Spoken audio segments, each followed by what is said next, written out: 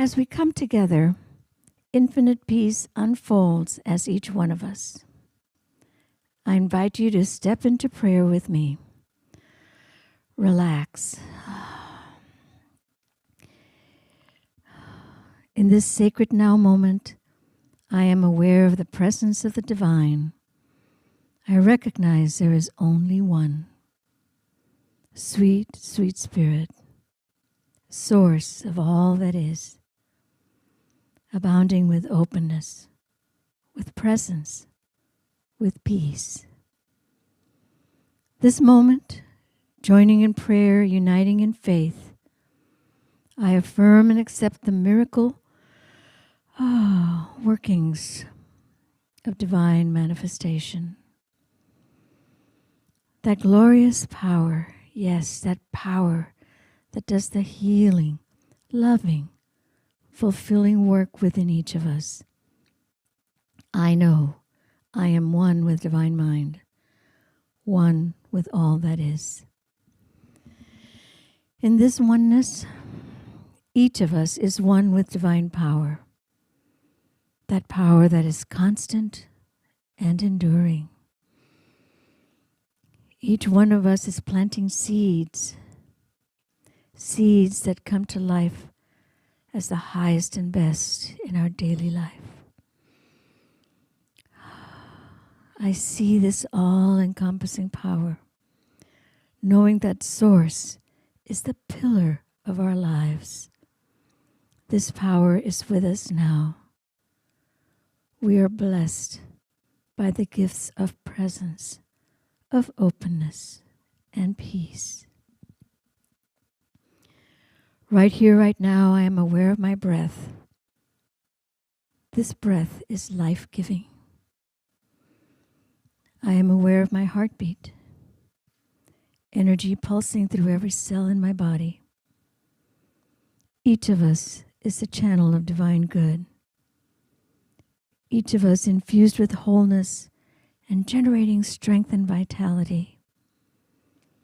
I affirm the unlimited inheritance we have as spiritual beings. And I affirm the following for each of us. The light of divinity surrounds me. The love of divinity enfolds me. The power of divinity protects me. The presence of divinity watches over me. Wherever I am, this divinity is. And so I know the words spoken today inspire presence. The music is openness come to life. And our community is peace. I am in deep gratitude for our coming together, each of us opening up as channels of divine good. I release this into spiritual law which expresses naturally and eternally. The life principle manifests as me, as us, in every moment. And together we can say, and so it is.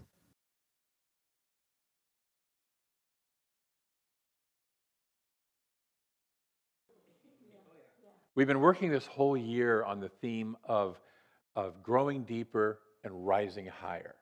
And we spent the early part of the year kind of going deeper, deeper, deeper. And we never stopped going deeper, by the way, right?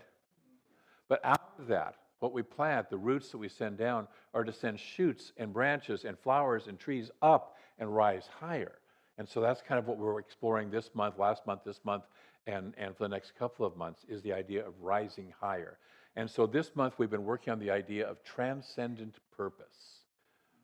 Transcendent purpose. What is the transcendent purpose that wants to come through me? Which is different than, I got to figure out my purpose. No, it's what is the purpose that wants to come through me? Can I listen to that? And so today's talk is called Elevated Awareness, the elevation of awareness. So the nature of the divine is to expand, yes? The nature of the divine is to expand its expression. We call it evolution into ever more complex forms of life. And the divine is about expansion, then guess what we are about is, since the divine and us are one, If the divine is about expansion, we are about expansion. Just checking to see if you're awake and following. Okay, good. Awareness. The reason we're talking about the elevation of awareness, awareness is the origin of all expansion. See, we won't expand unless we're aware that there is something to expand into. Right? If all I can see is right here, I'm not going to go beyond that. If we're not aware of new ways of being, we won't know to go. There's a metaphor that about the circle of knowledge that each of us has. And if we have a small circle of knowledge, it's a small circumference around that circle. And so it doesn't appear that there's a whole lot outside that circle of knowledge, right? We've all met people like that where I know this little bit, and that's really pretty much all there is to know. Most of what I need to know is already there. I know I'm right, and this is how it is.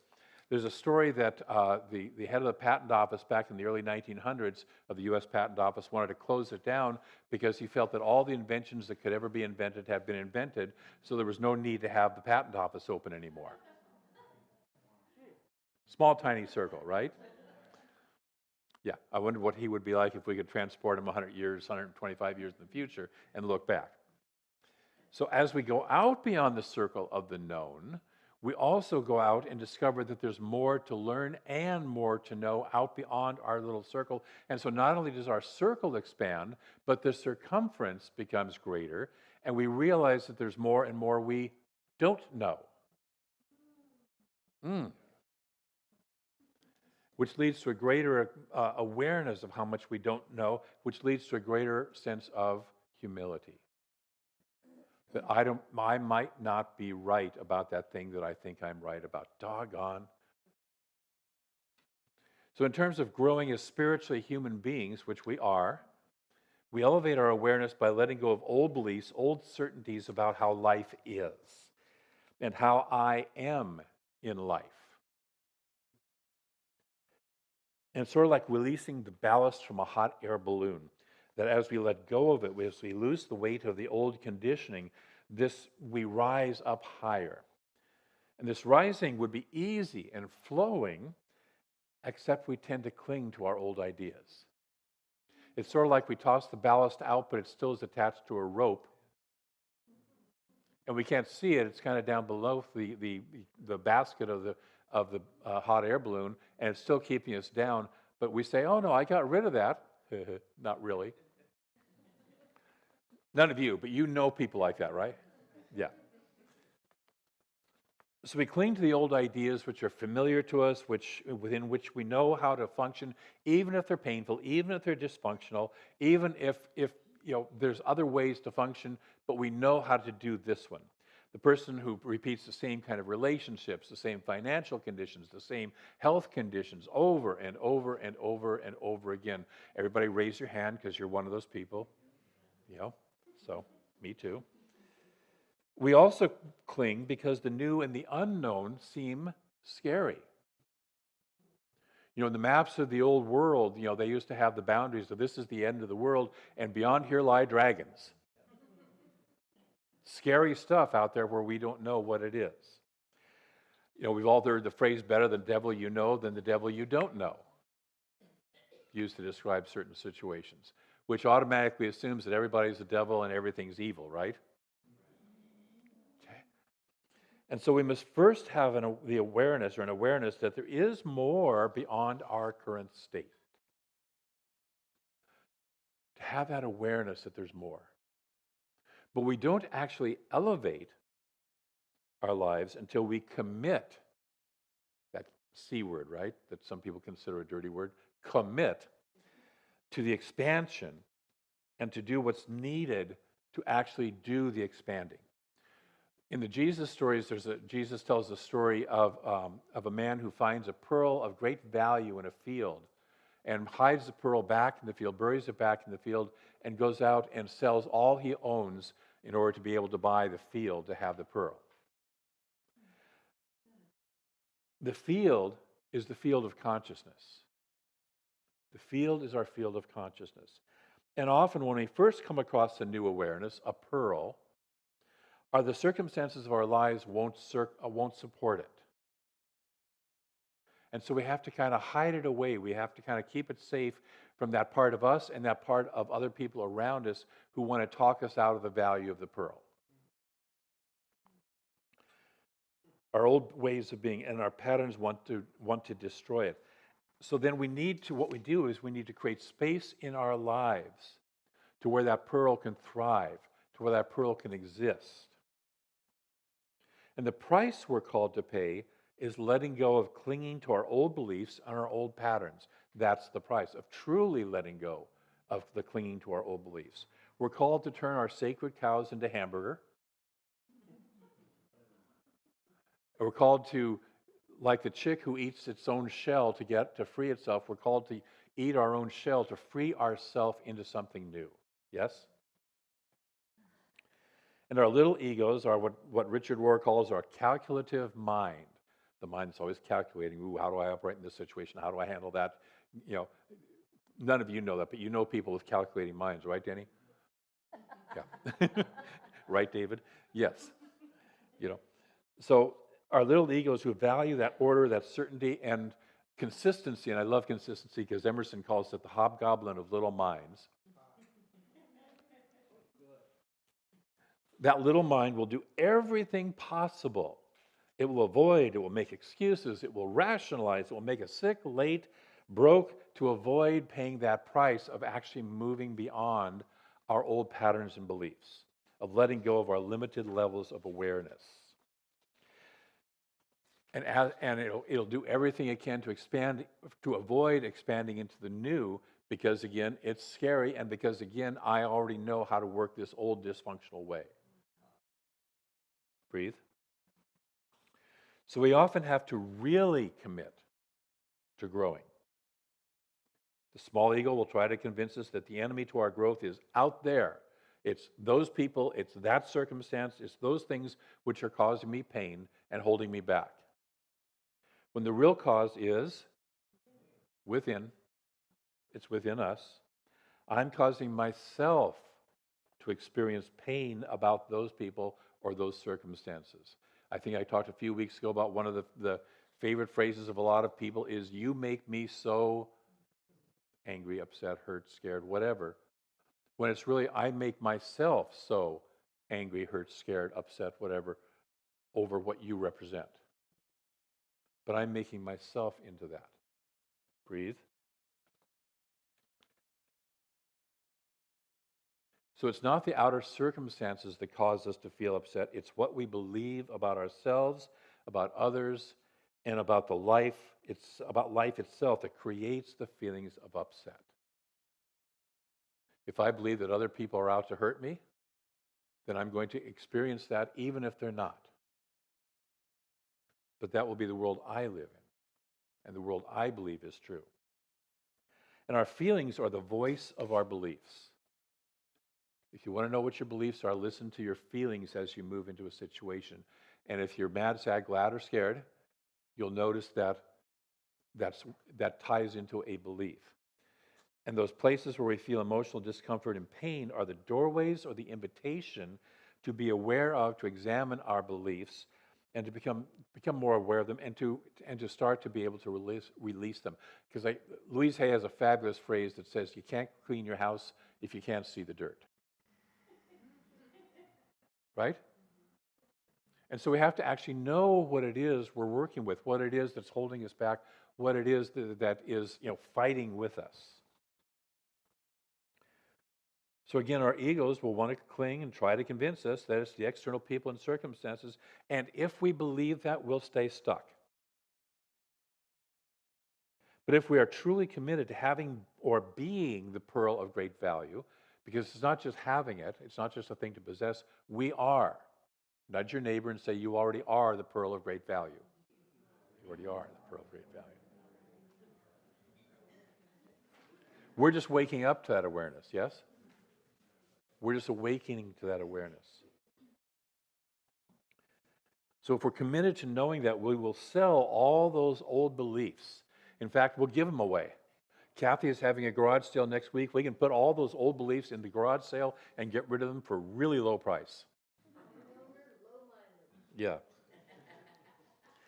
And so we get rid of them. We have to get rid of them to rise and expand our awareness, to live more freely, more fully, more joyously, which is the real agenda of capital L life.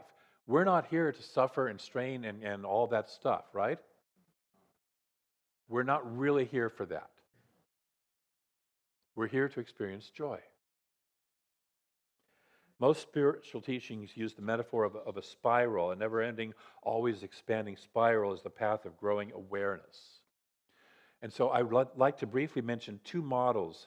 The first, and Danny, if you'll bring up that first image, is the model of spiral dynamics, which is a model of individual and collective expansion of consciousness, illustrating the stages of growth of both the individual and larger groups, organizations, nations, humanity itself. Of importance to notice is that as the spiral rises, it also expands to take in a more broader view and ability. It's more inclusive of everything. So it's not just a straight up, it's an expanding as it goes up. More ability to interact with life. And I'm not going to go into detail of this because that could be about a 6-week class to go into detail about spiral dynamics, maybe even more. But I just wanted you to get that image of that ever-rising, ever-expanding spiral, and we're already on that spiral. We are all somewhere on that spiral.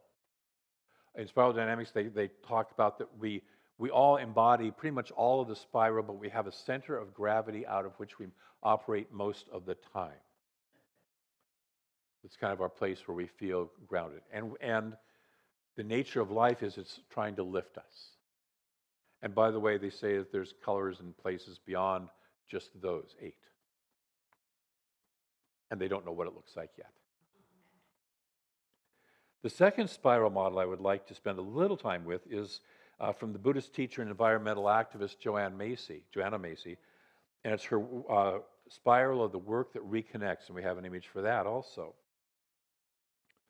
And I love this idea because the purpose of all spiritual practice is reconnection. Right?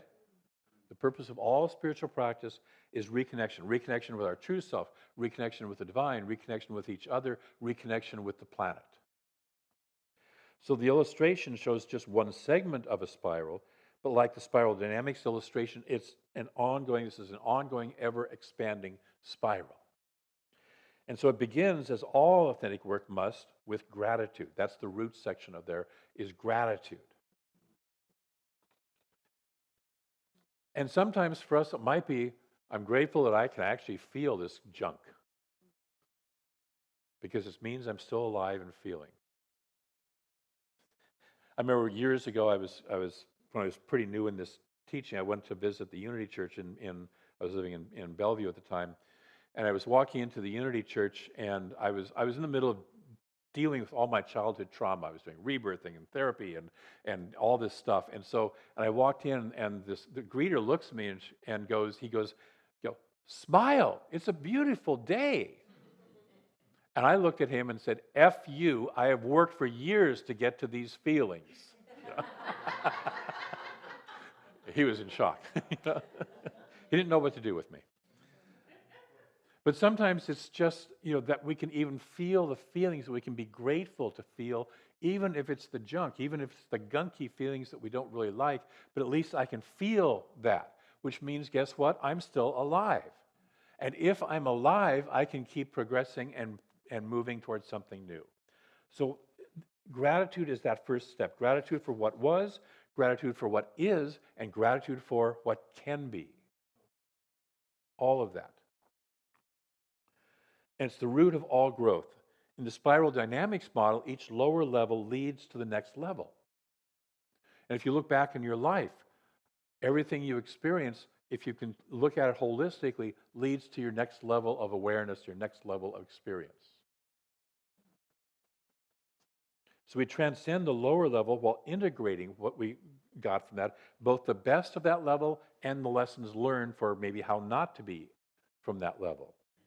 So we begin with gratitude, yet looking at what is brings us next to the awareness of, oftentimes, of our pain, of the places in our individual and collective worlds where we are disconnected from ourselves, each other, the planet, and the infinite itself. How many of us know that at some times in our lives we feel disconnected? Okay. Breathe. It's okay. Look, we all do it. So Joanna Macy says that from gratitude we naturally flow to honoring our pain for the world. And she tends to be she's environmentally conscious, so she's looking at the environment, but also say we feel the pain of our own world, which, by the way, gets reflected then in our outer world. And she says dedicating time and attention to honoring this pain opens up space to hear our sorrow, fear, outrage, and other felt responses to what is happening in our world, our external world, our internal world. Our pain for the world not only alerts us to danger, but also reveals our profound caring. And this caring derives from our interconnectedness with all of life, and we need not fear it. So this is not a case of let's go la la la, everything's wonderful. This is a case of feeling our pain, not getting locked there, but acknowledging it, which we have to do. Last night, Hillary did a wonderful sound bath, autumn equinox sound bath, and we were invited to take a leaf and write on the leaf something that we wanted to release. And we see in nature releasing that happens, the letting go that happens. And so that's part of that is we have to acknowledge what's on that leaf. We have to acknowledge that we do want to let go of whatever this is, that it exists. Then the third stage, as we move from there, helps us realize that our pain comes from love. Love of our true self, love of each other, the world, and spirit. And that third step is seeing with new eyes. Out of this love, we become aware of and seek out the web of wider resources that are available to us. We realize that there's more available to us to support us because we move out of carrying our pain alone. And so many of us get stuck in, I'm the only one feeling this, and I've got to get myself out of this all by myself, and I have to carry the pain alone. Breathe. It's one of the reasons we do stuff in groups. It's one of the reasons we do spiritual community. It's one of the reasons we do 12-step groups, is to realize that I'm not alone in carrying this pain, and there's support to move past that. And so we remember or become aware that we are within a vast web of love, of resources that want to support us. The universe wants to support us in being more loving and more joyous. That's the direction it wants us to go.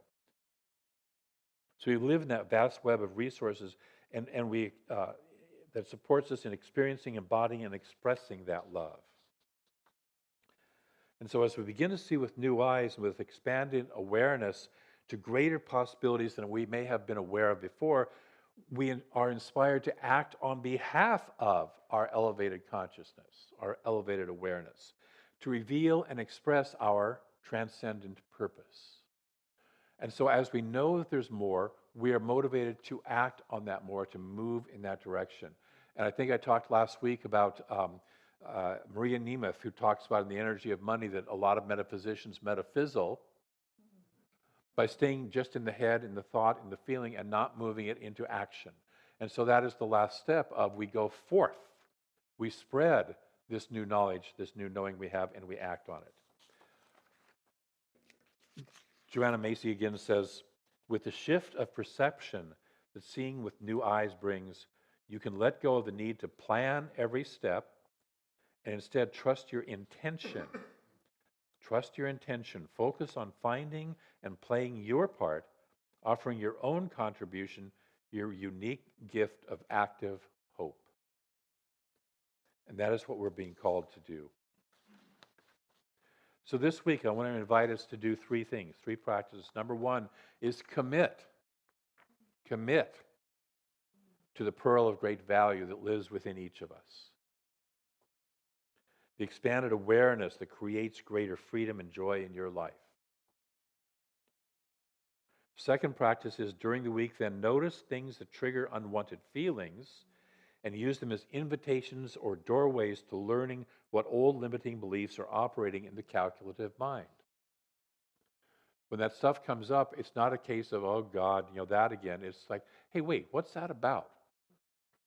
Most of the time we have a meaning. You know, it's like if Buffy says to me, I don't like the color of your shirt or something like that, I attach a meaning to that. Oh, Buffy doesn't love me. Buffy's rejecting me because that's an old pattern from my past. Buffy can just not like the color of my shirt, and that's just her preference. It means nothing about me. Yeah, I know that. That's why I could joke about it. Yes, she's already told me she likes it. So notice what triggers you and use it as doorways and invitations into seeing what's really kind of operating under the surface. What's that ballast that you're still hanging on to? So that's the second practice. And then the third practice is play with the spiral of the work that reconnects. Begin with gratitude for what is. Honor your pain, recognizing it as the love of life. Because you wouldn't have pain if you didn't care, right? Yes? And then allow that to lead you to seeing with new eyes and going forth taking new actions. Are you willing to play with those three practices this week? Great. So I'm going to close with a quote that's again from Joanna Macy from her book, World as Lover, World as Self is the title of the book, and I love that. And she says, when we look at the world as lover, the world is our lover. Every being becomes precious to us. And the impulse to act on behalf of life becomes irresistible. I invite you this week to go forth and look at the world as lover. All of it. Even those people that really tick us off. Because how many of us have had lovers that really tick us off sometimes? But we stay in love with them. Or we don't. So let's close with an affirmation. Say this with me, and I realize I forgot to make one little change, Danny. At the next last word should be greater. So I elevate, say this with me, I elevate my awareness through practicing the presence of God. I allow this practice to lift me in a never-ending spiral of greater good. One more time. I elevate my awareness through practicing the presence of God. I allow this practice to lift me in a never-ending spiral of greater good.